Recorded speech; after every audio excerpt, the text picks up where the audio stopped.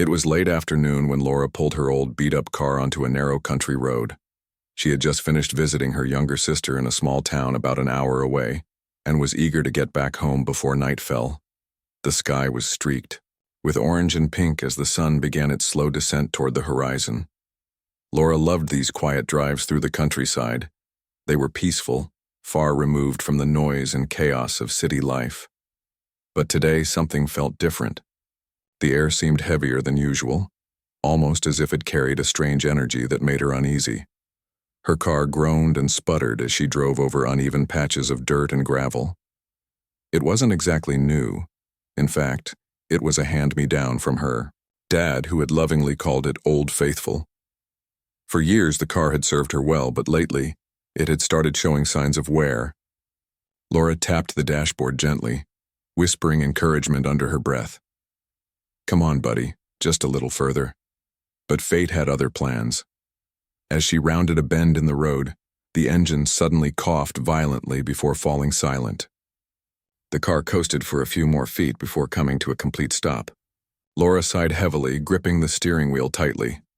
"Not now," she muttered to herself. She tried turning the key again, pressing the accelerator, even giving the dashboard another hopeful tap. Nothing worked. The car refused to start. Laura leaned back in her seat, frustration bubbling up inside her. She glanced at the fuel gauge. It wasn't empty. Then she checked the time on her phone. It was already past 6 o'clock and the temperature was dropping fast. Night would fall soon, and being stranded alone on this desolate road didn't sound appealing at all. To make matters worse, there was no cell service out here. Her phone showed 0 bars, mocking her attempts to call for help. She stepped out of the car, shivering slightly as the cool breeze brushed against her skin. Looking around, she realized how isolated she truly was.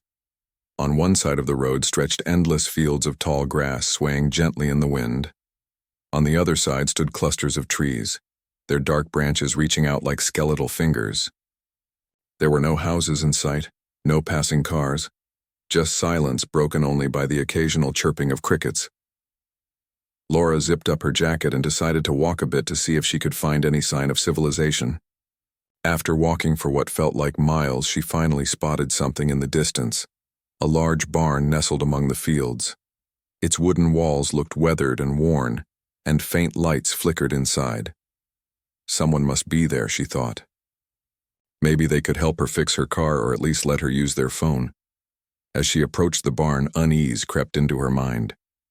Something about the place felt off. The structure loomed ahead, its silhouette stark against the dimming sky. Strange symbols were carved into the doorframe, intricate patterns that seemed ancient and unfamiliar. Laura hesitated for a moment, staring at them.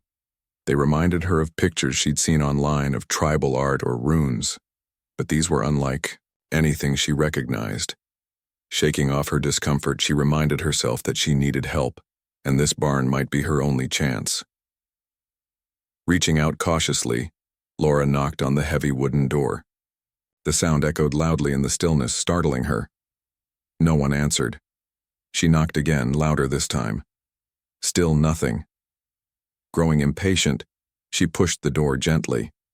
It creaked open slightly, revealing a sliver of light from within. Taking a deep breath, she pushed it wider and stepped inside.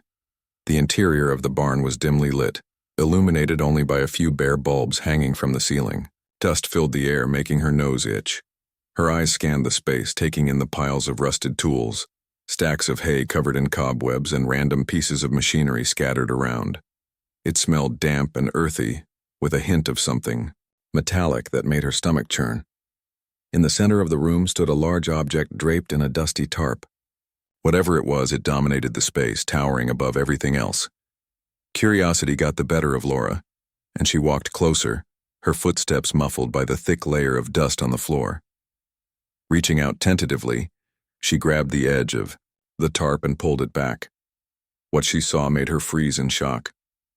Beneath the tarp lay a sleek black machine unlike anything she'd ever encountered. Its surface shimmered faintly, reflecting the dim light in strange, rippling patterns. Along its sides were glowing markings, symbols similar to those carved into the barn's doorframe. They pulsed softly, as if alive, casting an eerie glow across the room. Laura's heart raced as she stared at the machine, unable to tear her eyes away. What was this thing, and why was it here? Before she could think too much about it, a loud noise startled her, a series of heavy footsteps approaching from outside. Whipping around, Laura saw a figure standing in the doorway. He was tall and broad-shouldered, wearing overalls and a wide-brimmed hat that partially obscured his face. His shadow stretched long across the barn floor, adding to the ominous atmosphere.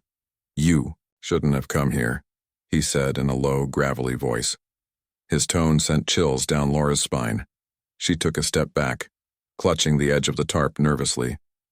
"Who are you?" she asked, trying to keep her voice steady. The man stepped closer, revealing sharp features and piercing eyes that seemed to bore into her soul. "Name's Henry," he replied gruffly. "I own this land. Now tell me, what are you doing poking around my barn?" Laura quickly explained her situation: the broken-down car, the lack of cell service, her desperate search for help. Henry listened silently, his expression unreadable. When she finished, he nodded slowly. "All right," he said. "But you need to leave this place. You don't know what you're dealing with." His words puzzled her. "What do you mean?" she asked, glancing back at the mysterious machine. "What is that thing?" Henry hesitated, his jaw tightening. For a moment it seemed like he wouldn't answer. Then with a sigh he said, "It's not mine. It fell from the sky years ago during a storm. Ever since then, weird things have been happening around here. People disappearing, strange noises at night. I don't trust it." Laura's mind raced. A machine from the sky? Was he talking about aliens? Before she could ask more questions, Henry cut her off. "Listen, you should go. This ain't safe." But Laura couldn't shake the feeling that there was more to this story. Something about the machine, and Henry's reluctance to talk about it, piqued her curiosity. Instead of leaving, she found herself drawn deeper into the mystery, unaware of the dangers lurking just beneath the surface. Henry's warning hung heavy in the air, but Laura couldn't bring herself to leave. Her curiosity burned brighter than her fear.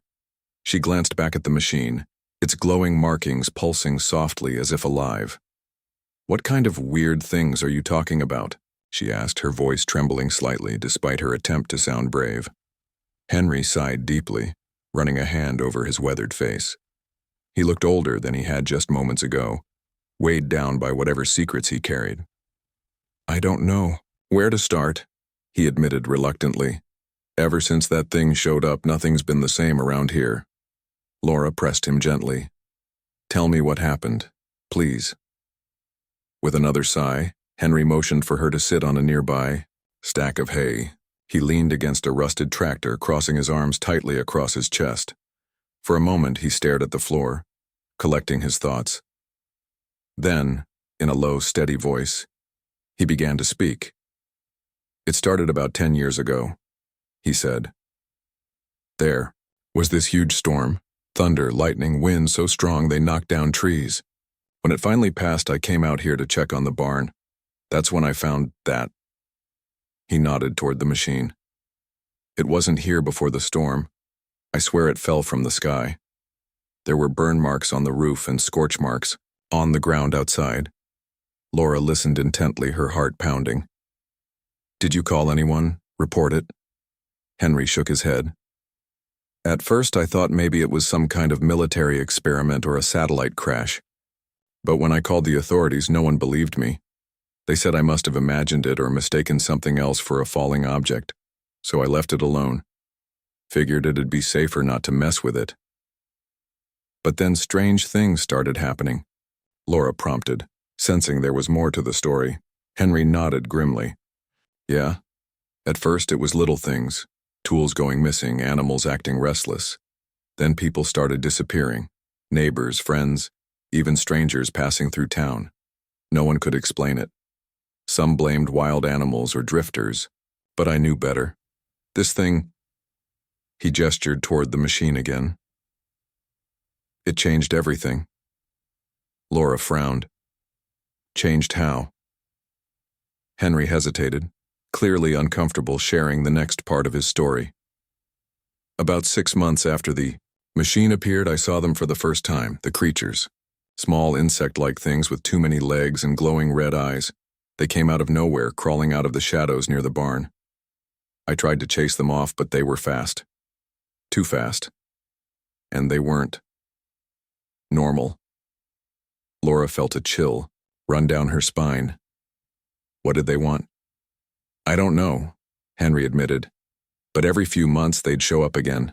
Sometimes they'd disappear into the machine, other times they'd vanish into thin air. It's like they're using it as some sort of gateway. A gateway to where?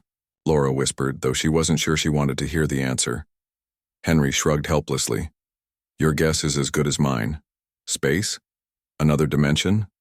All I know is they're dangerous, and they don't like being disturbed. The two sat in silence for a while, the weight of Henry's words settling between them. Laura's mind raced with questions. Were these creatures aliens? If so, why had they left their machine behind? And why had they returned multiple times over the years? Most importantly, what did they want? Finally, she broke the silence. Why haven't you destroyed it? Or moved it somewhere else? Henry gave her a weary look. Tried that. A few years back, I got some guys to help me drag it outside.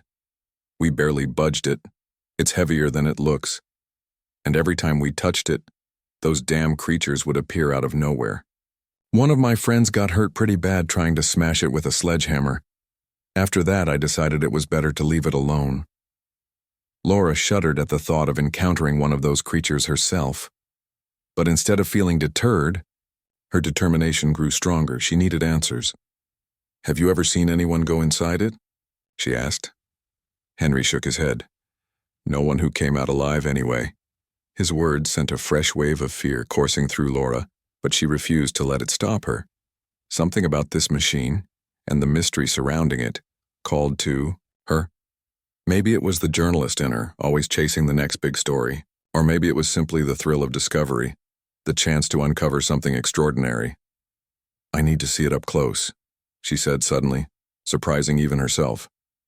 Henry's eyes widened in alarm. Are you crazy? Didn't you hear what I just told you? I heard you, Laura replied firmly. But I can't walk away knowing there's something this important sitting right here. What if it holds the key to understanding alien life, or technology beyond our wildest dreams? We can't just ignore it. Henry studied her for a long moment, his expression unreadable. Finally, he let out a resigned sigh. Fine. But don't say I didn't warn you. He led her closer to the machine, keeping a safe distance himself. Up close, it was even more mesmerizing and intimidating. Its surface seemed to ripple faintly, as if it were made of liquid metal frozen in place. The glowing symbols along its sides shifted subtly, forming patterns that Laura couldn't decipher. She reached out cautiously, her fingers hovering just above the surface. Careful, Henry warned sharply. Don't touch it. Laura pulled her hand back quickly, her pulse racing. What happens if someone touches it? No one knows for sure, Henry said. But every time someone gets too close, weird stuff happens. Lights flicker, the air feels charged, and sometimes the machine hums like it's alive. As if on cue, a low, vibrating hum filled the barn. Startled, Laura stumbled backward, nearly tripping over a pile of tools. The sound grew louder, resonating deep within her chest. Even Henry looked uneasy, backing away toward the door. What's happening? Laura demanded, her voice rising in panic. I don't know, Henry shouted over the noise. This has never happened before. The glowing symbols on the machine flared brightly, casting sharp shadows across the barn walls. The temperature dropped suddenly, sending goosebumps rippling across Laura's skin. She hugged herself tightly, scanning the room for any sign of movement. Then, without warning, a section of the machine slid open with a hissing sound, revealing a dark compartment within. Laura froze, her breath catching in her throat. From the depths of the compartment emerged a creature unlike anything she'd ever seen or imagined. It was small, no taller than a cat, with spindly limbs that clicked together as it moved. Its body was covered in a shiny exoskeleton that reflected the dim light, and its glowing red eyes locked onto her with an intensity that made her feel exposed and vulnerable. "Oh God," Laura gasped, taking a step back. The creature scuttled forward, emitting high-pitched clicking sounds that echoed eerily in the confined space. Instinctively, Laura grabbed a nearby rake and held it out in front of her like a weapon. The creature paused, tilting its head as if studying her. Then, with startling speed, it lunged. Laura screamed, swinging the rake wildly. The creature dodged, effortlessly, circling her with unnatural agility. Behind her, Henry shouted, "Get out of the way!" Before she could react, Henry rushed forward, wielding a pitchfork. With surprising strength, he jabbed at the creature, forcing it back toward the machine. Enraged, the alien emitted a deafening shriek that reverberated through the barn, making Laura's ears ring. It retreated into the compartment, its glowing eyes fading as the machine's hatch slid shut once more. Breathing heavily, Laura collapsed onto the dusty floor, her hands shaking uncontrollably. Henry stood over her, clutching the pitchfork tightly. His face was pale, beads of sweat glistening on his forehead. "You okay?" he asked gruffly. Laura nodded weakly, though her mind was still reeling. What was that?" "That," Henry said grimly, "is why I told you not to touch the damn thing." For several minutes, neither of them spoke. The barn was eerily quiet now, the hum of the machine having faded completely. Laura struggled to process what she had just witnessed. Aliens were real. They had come to Earth. And somehow, this machine, this terrifying, otherworldly device, was connected to them. As much as she wanted to run far away from this place, Laura knew she couldn't. Not yet. There were too many unanswered questions, too many mysteries waiting to be unraveled. Whatever this machine was, it held secrets that could change everything humanity thought it knew about the universe. And Laura was determined to uncover them, even if it meant risking her life to do so. The barn was silent now, save for the sound of Laura's ragged breathing and the occasional creak of the wooden beams above. She sat on the dusty floor, her legs trembling beneath her as she tried to process what had just happened. That thing, the alien, had been real. It wasn't a figment of her imagination or some elaborate hoax. It had come from the machine, attacked her, and retreated back into it as if summoned by an invisible force. Henry stood nearby, still gripping the pitchfork tightly, his knuckles white with tension. His face was pale, his expression grim.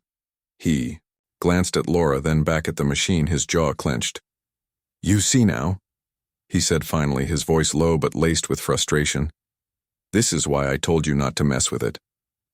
Laura nodded slowly, though her mind was racing. Despite the fear coursing through her veins, she couldn't shake the feeling that they couldn't just leave things as they were. This machine, and whatever secrets it held, was too important to ignore. If aliens truly existed and this device was somehow connected to them, humanity needed to know about it. But how could they ensure their own safety while uncovering its mysteries?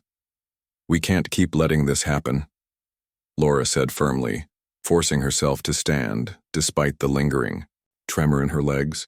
"Every time those creatures show up, someone gets hurt, or worse. We have to do something." Henry frowned deeply, clearly skeptical. "Like what? You saw what happened when we tried to move it before. And trust me, smashing it won't work, either. That metal's tougher than anything I've ever seen." Laura crossed her arms, thinking hard. Her journalist instincts kicked in, pushing aside the fear and replacing it with determination.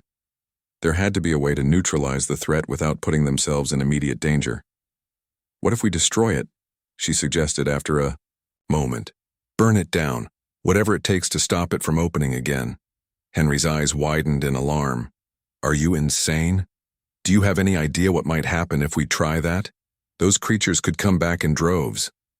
"I know it's risky," Laura admitted. "But think about it, if we don't act, more people will get hurt, maybe even killed. Isn't that worse?" For a long moment, Henry didn't respond.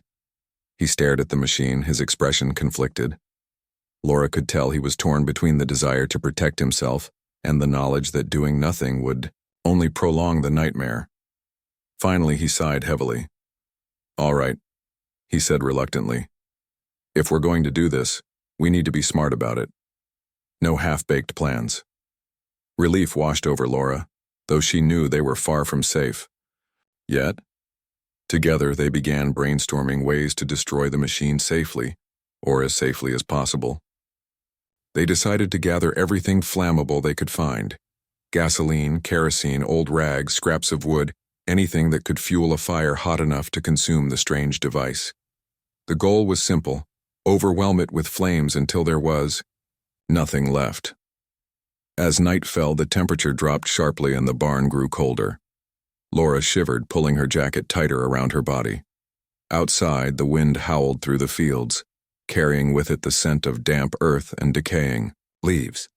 Shadows danced across the walls as the flickering lights overhead cast eerie patterns on the ground.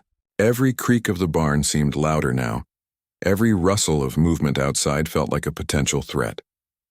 While Henry went to retrieve supplies from his house, Laura stayed behind to prepare the area around the machine. She worked quickly, dousing the base of the structure with gasoline and arranging bundles of dry hay and kindling strategically around it.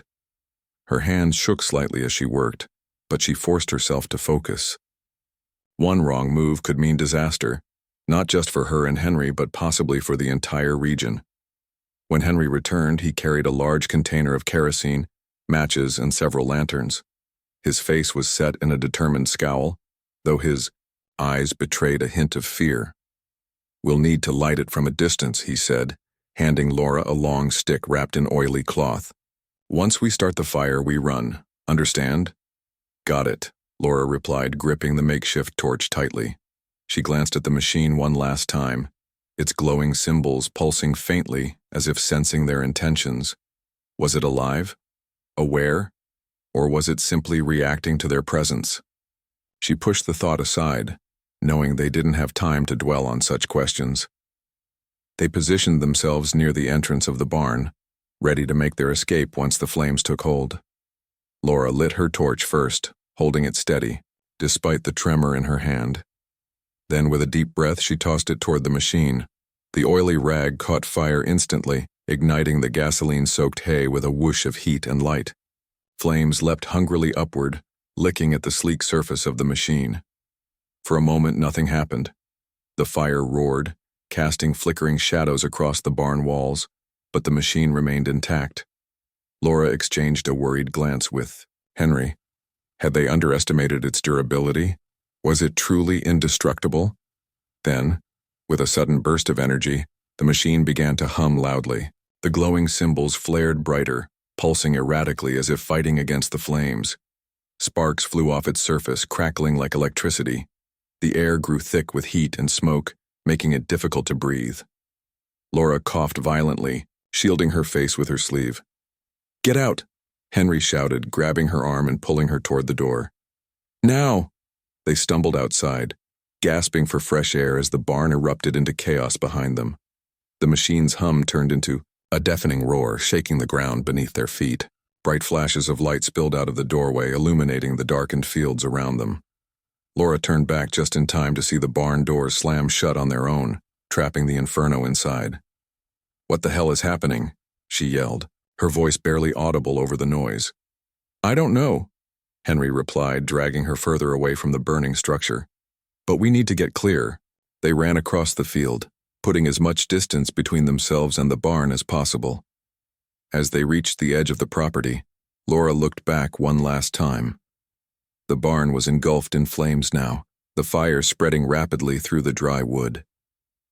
But instead of collapsing inward, the structure seemed to resist destruction, standing tall despite the raging inferno within. Suddenly, a blood-curdling shriek pierced the night air. It was unlike anything Laura had ever heard, a high-pitched wail filled with rage and pain. From the depths of the flames emerged dozens of the insect-like creatures, swarming chaotically as they fled the burning barn. Their glowing red eyes reflected the firelight, making them look even more monstrous. "Oh God," Laura whispered, clutching Henry's arm tightly. They're coming. Henry grabbed a nearby shovel, raising it defensively. Stay close to me, he ordered, positioning himself between Laura and the advancing swarm. The creatures moved with terrifying speed, their spindly limbs clicking together as they scuttled forward. Some darted into the shadows, disappearing entirely, while others charged directly at them. Laura fumbled for a rock, hurling it at the nearest creature. It struck true, knocking the alien off balance momentarily, but it recovered almost instantly, emitting an angry hiss. One of the creatures lunged at Henry, its sharp mandibles snapping wildly. He swung the shovel with all his strength, striking it squarely in the head. The impact sent the creature sprawling backward, where it writhed briefly before lying still. Another leapt toward Laura, forcing her to dive sideways to avoid its claws. She scrambled to her feet, adrenaline coursing through her veins. Just as it seemed like the swarm would overwhelm them, the barn exploded with a deafening blast. A shockwave rippled outward, knocking both Laura and Henry off their feet. Heat washed over them like a tidal wave, singeing their hair and clothes. When Laura opened her eyes again, blinking away tears caused by the smoke, the field was eerily quiet. The barn was gone, reduced to smoldering ruins. The creatures had vanished, retreating into the darkness or consumed by the flames. Only embers remained, glowing faintly in the night. Laura lay on the ground, panting heavily, her body aching from the fall. Beside her, Henry groaned as he sat up, brushing ash from his face. Is it over? Laura asked weakly, her voice hoarse. Henry nodded slowly, though his expression was grim. For now, he said, but I wouldn't bet on it staying that way. Laura stared at the wreckage, her mind spinning with questions. Had they truly destroyed the machine? Or had they merely delayed the inevitable? One thing was certain: their lives would never be the same again. The morning sun rose hesitantly over the fields, casting a pale golden light across the scorched landscape. The air smelled of smoke and ash, mingling with the dampness of dew clinging to the grass. Laura sat on the ground, her knees pulled up to her chest, staring at the smoldering remains of the barn. Her clothes were dirty, her hair disheveled, and her face streaked with soot. Beside her, Henry leaned against a tree trunk, his arms crossed tightly as he surveyed the destruction they had caused and survived. Neither of them had spoken much since the explosion. Words felt inadequate in the face of what they had witnessed. The swarm of creatures, the deafening shrieks, the inferno that consumed everything, it all seemed surreal, like something out of a nightmare. Yet here they were, alive but shaken, surrounded by the aftermath of their desperate plan. Laura finally broke the silence. Do you think we got rid of it? For good? Henry sighed heavily, rubbing his temples as if trying to ward off an impending headache. Hard to say, he admitted. That thing wasn't exactly normal. I've seen enough weird stuff around here to know nothing's ever really gone until it's dead and buried. But the fire, Laura pressed. It destroyed the machine, right? We saw it explode. Maybe, Henry replied cautiously. Or maybe we just pissed it off even more. Those symbols were glowing brighter than ever before it blew. Whatever that thing is, I don't think fire alone was enough to kill it. His words sent a fresh wave of unease coursing through Laura. She wanted to believe they had ended the threat, that the alien device and its terrifying inhabitants were now nothing more than charred debris. But deep down, she knew Henry was probably right. Something about the machine and the creatures felt otherworldly, almost indestructible. They might have bought themselves some time, but how long would it last? As the adrenaline wore off, exhaustion began to take its toll.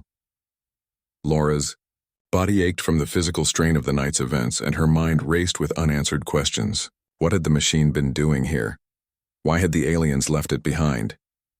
And most importantly, where had they come from?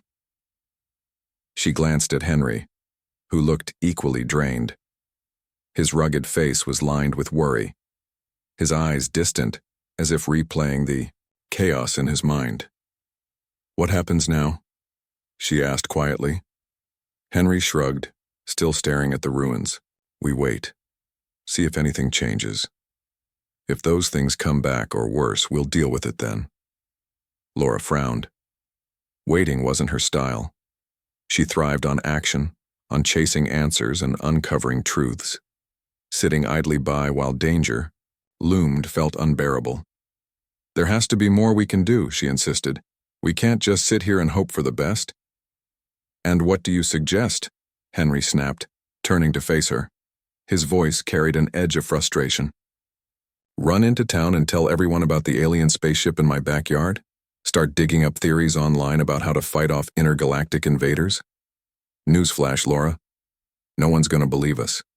And even if they did, what could they possibly do? Laura opened her mouth to argue but stopped herself. He was right, at least partially. Without concrete evidence, their story would sound like science fiction. Who would take them seriously? Still, she couldn't shake the feeling that they needed to prepare for whatever came next. Ignoring the problem wouldn't make it disappear. I'm not saying we should panic or spread rumors, she said carefully. But we need to stay alert. Maybe research similar cases. Look for patterns.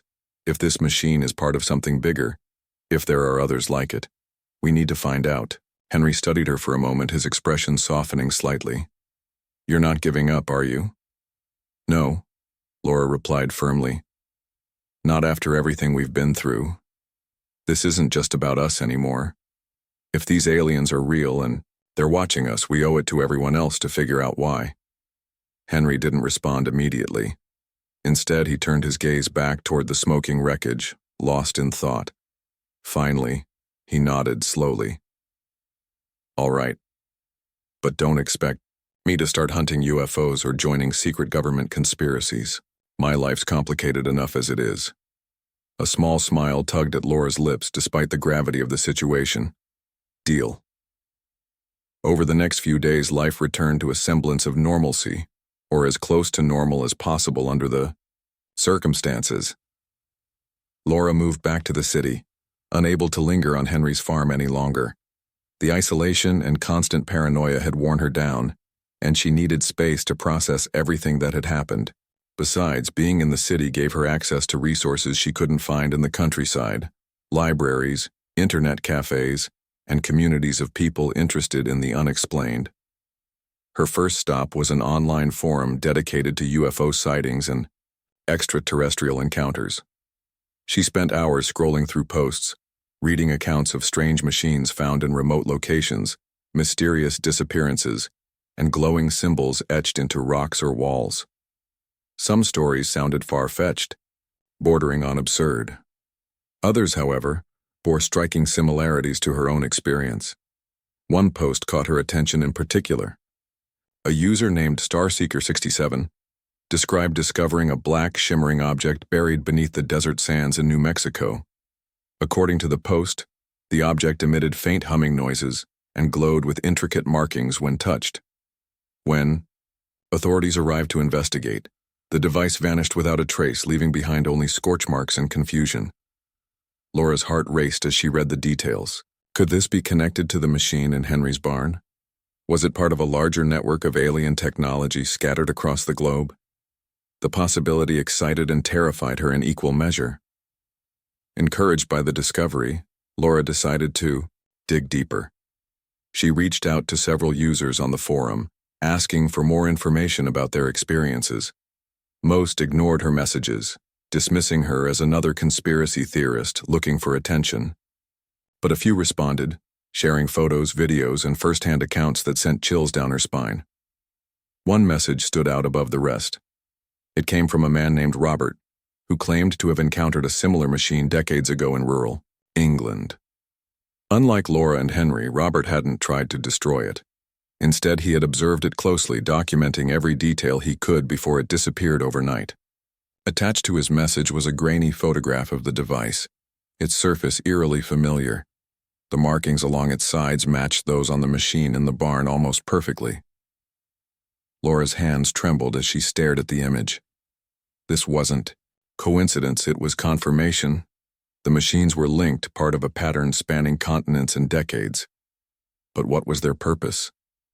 Were they weapons, communication devices, or something entirely beyond human comprehension? Determined to piece together the puzzle, Laura compiled all the information she had gathered into a single document. She cross-referenced dates, locations, and descriptions, searching for connections. Slowly, a disturbing picture began to emerge. Every reported sighting occurred near isolated areas, forests, deserts, mountains, far from prying eyes. Disappearances often followed shortly afterward, sometimes involving entire families or groups of travelers, and in each case the machines emitted strange sounds, lights, or energy signatures that defied explanation. As she worked, Laura couldn't help but wonder, were the aliens using these devices to study humanity? To gather data? Or was there a darker motive at play? The thought sent a chill running down her spine. Meanwhile, back on the farm, Henry struggled to adjust to life after the explosion. Though grateful for the temporary reprieve, he couldn't shake the feeling that something was still lurking in the shadows, waiting for the right moment to strike. Sleep eluded him, plagued by vivid nightmares of swarming creatures and glowing symbols. During the day, he avoided the ruins of the barn, refusing to step foot near the site of the blast. The land felt tainted somehow, poisoned by the presence of the machine and its inhabitants. Despite his reservations, Henry found himself drawn to Laura's relentless pursuit of answers. Though skeptical of her methods, he admired her determination. When she called him one evening to share her findings, he listened intently, his curiosity piqued. "So you're telling me there are more of these things out there?" he asked, leaning back in his chair. "That's what it looks like," Laura replied. "And they're not random. There's a pattern, a system. Someone, or something, is coordinating them." Henry let out a low whistle. "This just keeps getting better." "What do you think it means?" Laura pressed. "Do you think they're planning something? An invasion, maybe?" Henry hesitated, choosing his words carefully. "I don't know. But if I were you, I'd be careful. You're poking around in territory that's way above your pay grade. These aren't just little green men in flying saucers. Whatever they are, they're dangerous." Laura nodded, though she wasn't ready to back down. "I know, but I can't stop now.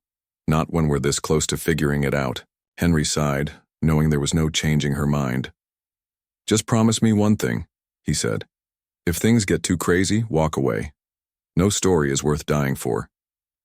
"I'll keep that in mind," Laura promised, though she wasn't sure she believed it herself. As the weeks passed, Laura continued her investigation, driven by a mix of fear and fascination. Each new clue brought her closer to understanding the truth, but also deeper into danger. The line between curiosity and obsession blurred, leaving her wondering if she was chasing answers or courting disaster. And somewhere, hidden in tea, weeks turned into months, and Laura's life became consumed by her quest for answers. Every waking moment was spent researching, analyzing data, and connecting the dots between the mysterious machines scattered across the globe. Her apartment. Walls were covered in maps, photographs, and handwritten notes, forming a chaotic web of information that only she could decipher. Sleep was rare, meals even rarer. She lived on coffee and adrenaline, driven by an insatiable need to understand what humanity was up against. Henry, on the other hand, had retreated further into isolation. After the explosion, he avoided talking about the machine or the creatures, preferring to focus on his farm and the mundane routines of daily life. But no matter how hard he tried to forget, the memories lingered. He often found himself staring at the charred remains of the barn, wondering if they had truly destroyed the threat, or merely delayed it. Despite their different approaches, Laura kept Henry updated on her findings. They exchanged phone calls regularly, though their conversations grew shorter over time. While Laura remained optimistic, Henry's skepticism deepened. "You're chasing ghosts," he told her during one call. "Whatever those things are, they're not coming back. Let it go." But Laura couldn't let it go. Something inside her refused to accept that the machines and the aliens behind them were gone forever. Her gut told her this was just the beginning. One evening, as rain pattered against her window, Laura stumbled upon a breakthrough. She had been digging through old newspaper archives, searching for reports of unexplained phenomena, when she came across an article from the 1970s.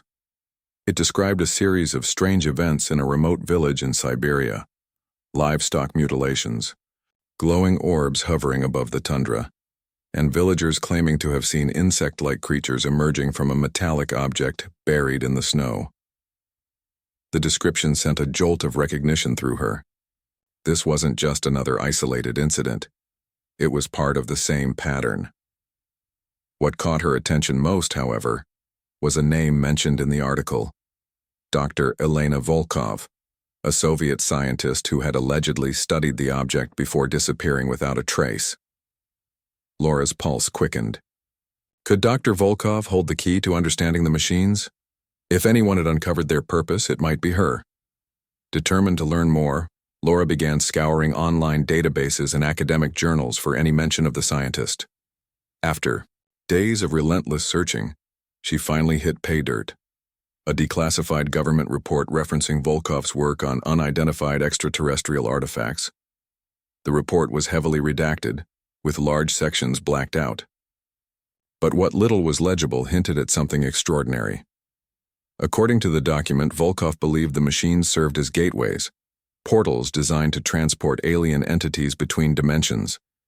They weren't weapons or tools but conduits, allowing the creatures to move freely across vast distances of space and time. Laura's mind raced as she pieced together the implications. If the machines were portals, then the creatures weren't invaders in the traditional sense. They were explorers, scouts sent to study Earth and its inhabitants. And if they were still active somewhere, mankind might not be ready for what came next. With renewed urgency, Laura decided to take her investigation to the next level. She reached out to a network of amateur researchers and conspiracy theorists, sharing her findings and asking for help. To her surprise, several individuals offered assistance, including a retired astrophysicist named Dr. James Carter, who specialized in astrobiology. Though initially skeptical, Carter became intrigued by Laura's evidence and agreed to collaborate. Together, they mapped out potential locations where similar machines might exist.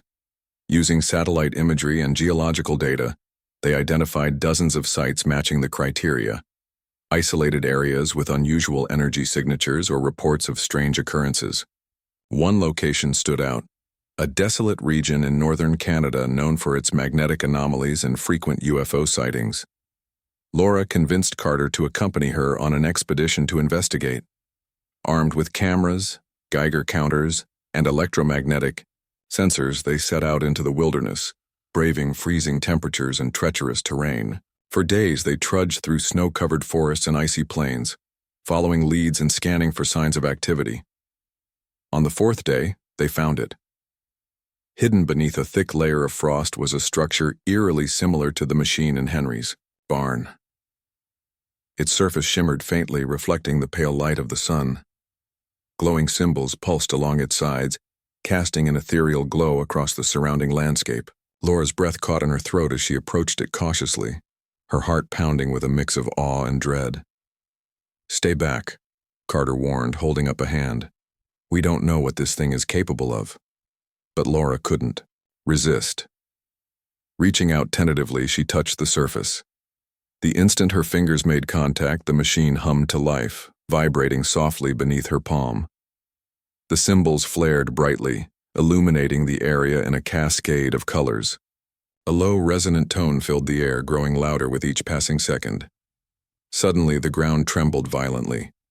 Snow shifted and cracked as a section of the machine slid open, revealing a dark void within. From the depths emerged a swarm of insect-like creatures, their glowing red eyes locking onto Laura and Carter with predatory intensity. "Run!" Carter shouted, grabbing Laura's arm and pulling her away. They sprinted through the snow, their boots crunching loudly against the frozen ground. Behind them, the creatures scuttled forward with terrifying speed, emitting high-pitched clicks that echoed through the icy silence. Laura glanced over her shoulder, her stomach churning as she realized they wouldn't be able to outrun them. Just as the first creature lunged toward them, a blinding flash of light erupted from the machine. The world around them seemed to warp and distort, pulling them into a vortex of swirling colors and deafening noise.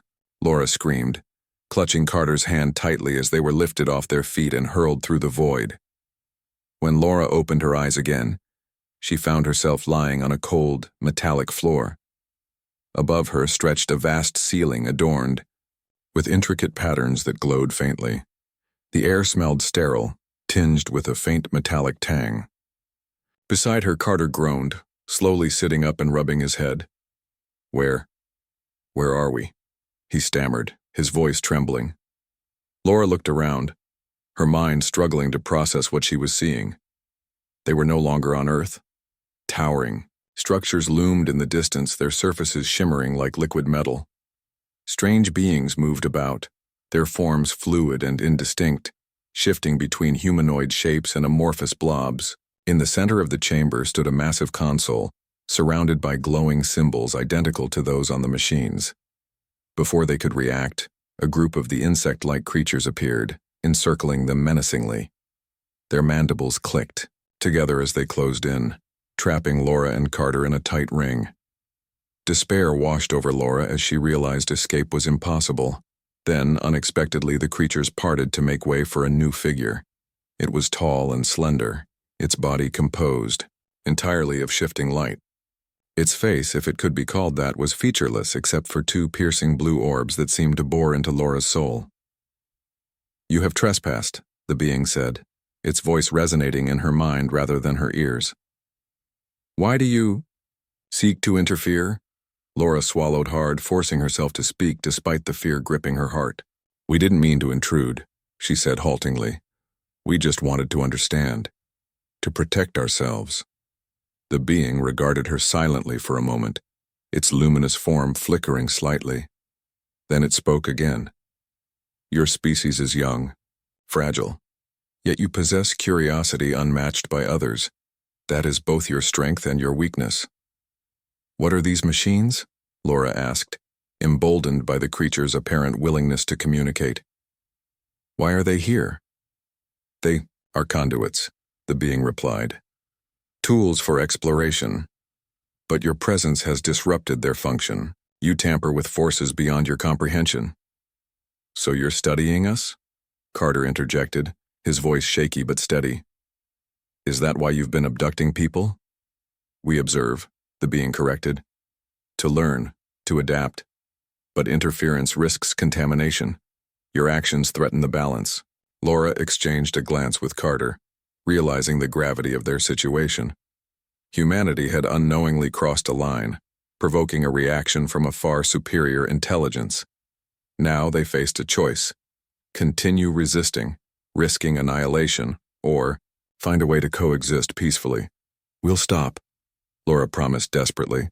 "We'll leave your machines alone. Just give us a chance to prove we can change."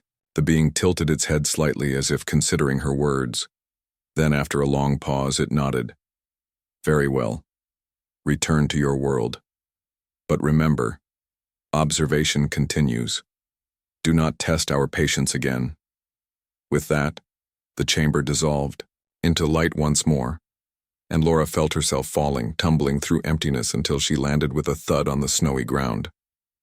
Beside her, Carter gasped for air, his face pale with shock. They were back. In the weeks that followed, Laura struggled to come to terms with what she had experienced. She knew the truth now, about the machines, the aliens, and humanity's precarious place in the universe. Sharing it with the world would mean inviting chaos and panic. Keeping it secret meant living with the burden of knowledge.